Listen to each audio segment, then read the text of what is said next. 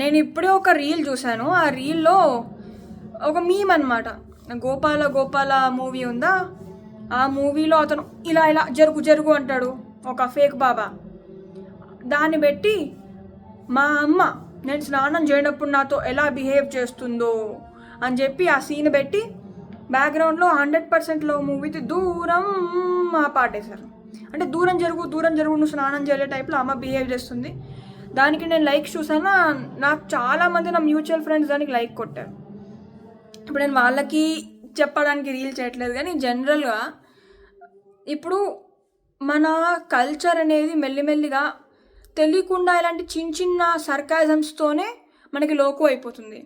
స్నానం చేయకపోతే ఏమైంది, మనసు శుద్ధిగా ఉండాలని చాలామంది అంటారు. మనసు శుద్ధిగా ఉండాలి కరెక్టే, కానీ శరీరం కూడా శుద్ధిగా ఉండాలి. భగవంతుడు భావం చూస్తాడు, శరీరం ఏంటి అని చాలామంది అంటారు.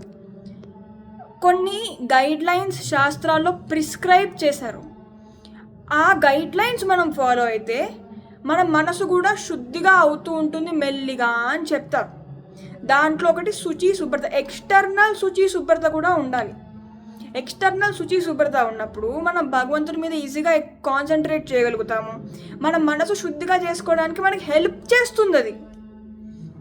అందుకని అన్నిటిని లోకుగా తీసి పడేయకండి. మనసు శుద్ధిగా అవ్వడం ఇంపార్టెంట్. అసలు ఎంతమంది మనసు శుద్ధిగా ఉంది? కామ క్రోధ లోభ మోహ మదమాత్సర్యాలు లేకుండా ఈ విశ్వంలో మనం మన గురించి చాలా గొప్పగా అనుకుంటాం కదా, నేను చాలా మహాత్మురాల్ని పుణ్యాత్మురాల్ని అని. ఎంతమంది మీ మనసు మీ చేయి పెట్టుకుని చెప్పండి, ఎంతమందికి కామ క్రోధ లోభ మోహ మదమాత్సర్యాలు ఉన్నాయి? పక్క వాళ్ళని పొగిడితే ఎంతమందికి జలసి వస్తుంది? పక్కవాడు మనకంటే ఎదిగితే ఎంతమందికి జలసి వస్తుంది? పక్కవాడు మనల్ని చిన్న మాట అంటే ఎంతమందికి కోపం వస్తుంది? ఎంతమందికి బాధ వేస్తుంది?